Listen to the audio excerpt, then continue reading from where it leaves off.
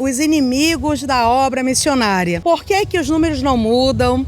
Por que que a situação não se desenrola, não se desenvolve, não avança? O que está acontecendo conosco? Que os anos vêm e vão, os congressos vêm e vão, e nós continuamos exatamente com os mesmos discursos, com os mesmos desafios, porque não está acontecendo uma mudança real e significativa. Que inimigos são esses? Vamos falar sobre o egoísmo. É isso mesmo. O egoísmo é um dos inimigos da obra missionária. E o egoísmo em missões tem embotado a visão de muitos líderes e feito com que eles simplesmente não se envolvam na obra de Deus. Uma vez eu ouvi um líder dizendo assim: não leva meu nome, não tem a minha força. Ou seja, para aquele líder, para aquele pastor, era mais importante deixar o seu nome, o seu legado, né, a sua história marcada, do que realmente fazer alguma coisa para a glória de Deus. O egoísmo tem nos impedido de avançar, tem nos impedido de crescer missiologicamente. O egoísmo tem feito com que muitos líderes se percam no meio do caminho. E quando a gente fala do egoísmo em missões, vamos ver alguns quesitos, tá bom? Primeiro, o egoísmo, ele sabota as nossas prioridades. Eu coloco como prioridade apenas a igreja local, a igreja que eu estou pastoreando hoje. A minha prioridade é apenas a minha cidade, é o meu bairro, é o meu crescimento. Estive dia desses em uma igreja, irmãos, que o pastor me disse, após a ministração da palavra, estava assim com o seu coração muito comovido. Deus havia falado com ele naquela noite. E ele disse: Kellen, Deus ele chamou a minha atenção duramente nesse culto. Ele chamou a minha atenção para o fato de que eu já fiz esse ano 19 festas e não investi R$1 fora daqui. Já pensou, irmãos? 19 festas, são quase 2 festas por mês.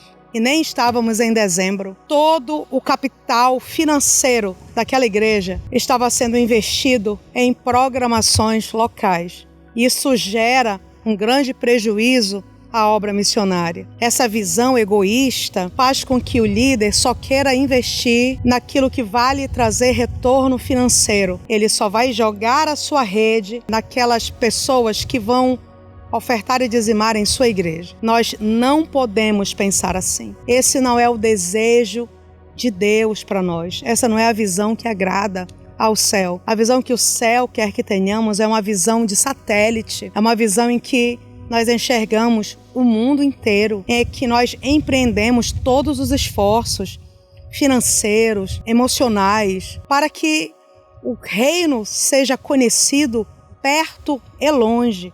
Não é primeiro aqui e depois, se sobrar tempo ou recurso, mais acolá. Não, o céu não espera assim. O céu quer o nosso compromisso. O egoísmo faz com que nós tenhamos uma visão limitada, uma visão restrita do papel da igreja. Então, se eu não entendo que a igreja ela existe para tornar Cristo conhecido, não somente onde ela está implantada, mas também onde Cristo ainda não foi conhecido. Se eu não entendo a razão pela qual o céu tem investido em mim, em minha liderança, se eu não conheço as razões pelas quais a eternidade me escolheu para representar ao Senhor, eu não tenho nenhuma urgência em fazer com que essa igreja sirva a essa eternidade desconhecida. Precisamos entender o nosso propósito, a nossa visão, ela não pode ser voltada somente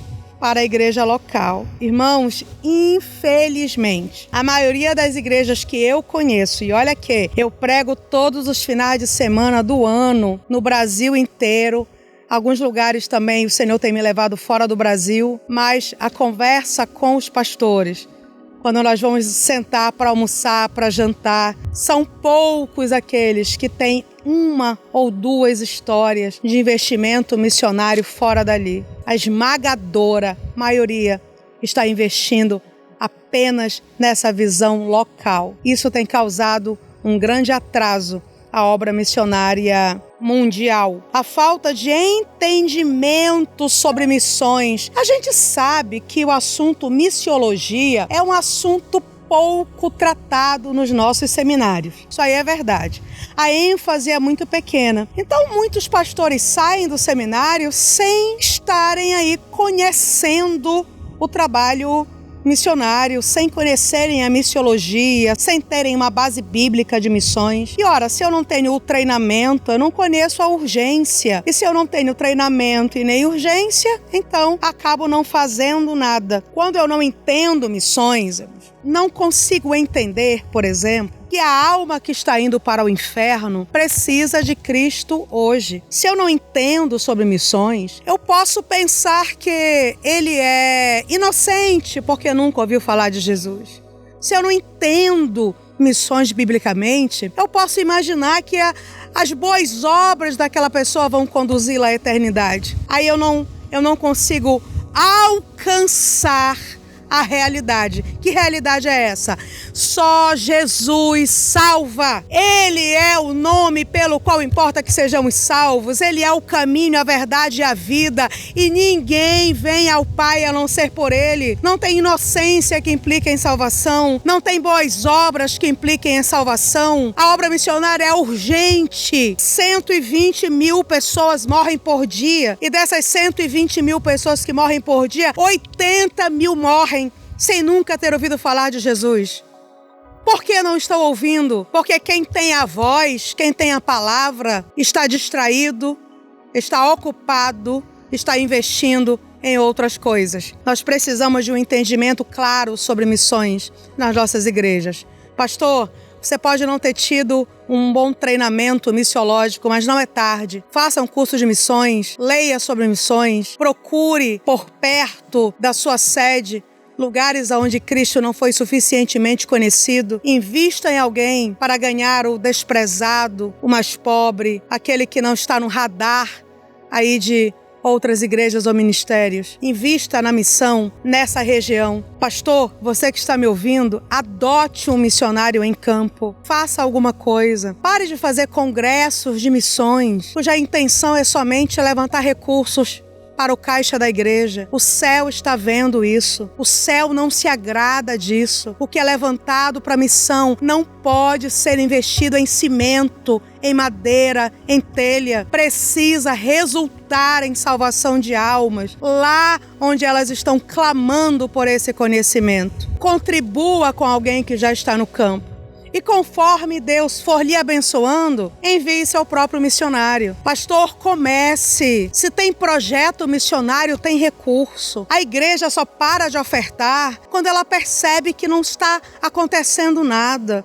Quando ela percebe que os relatórios financeiros não são claros, quando ela percebe que o que está sendo levantado para missões não está sendo investido em missões. Mas se você fizer a sua parte, se o céu aprovar a sua contabilidade e a contabilidade da sua secretaria de missões, eu garanto a você que não faltará recurso para o crescimento. Outra razão pela qual o egoísmo tem impedido nossos pastores, nossas igrejas, nossos ministérios de avançar em missões é o conflito de interesses. Às vezes o pastor quer, o presidente não quer. O pastor quer, o ministério não quer. O pastor tem uma ideia, mas alguém se levanta e diz: tem tanta coisa para fazer aqui, eu não concordo. Aí essa queda de braço, muitas vezes a maioria ganha, ou o pastor não consegue manter o seu posicionamento. Eu conversei essa semana com o pastor presidente da Assembleia de Deus aqui, da Convenção das Assembleias de Deus aqui no estado do Pará, da Comeadepa, pastor Ritter Marques. E eu lembro que na nossa conversa, em determinado momento,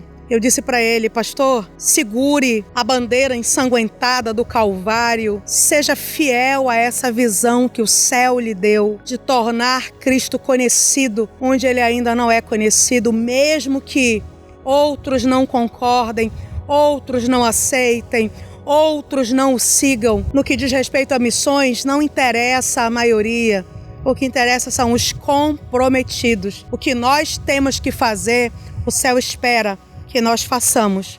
Não vamos deixar que esse conflito de interesses nos roube a responsabilidade. Pastor, não deixe que as pressões ministeriais estejam aí ocupando esse lugar na sua vida que a obra missionária deveria estar ocupando. Você pode ser alguém que trabalha muito, você pode ser um militante, pode ser alguém que acorda às 5 da manhã, dorme às 11 da noite, está sempre ocupado com reuniões, com departamentos, com problemas dos membros. Tudo isso aí faz parte do ministério, mas é em vão se o seu ministério não gerar prejuízo para o inferno e frutos para a eternidade. Não deixe que as pressões do ministério lhe sobrecarregue com tantas responsabilidades que acabe tirando o foco daquilo que é mais importante. Invista em missões. Que nós possamos orar para que esse sentimento, egoísmo, seja destronizado dos altares das nossas igrejas e que nós tenhamos uma liderança comprometida com o céu, comprometida com a eternidade. Um abraço grande, até quinta-feira.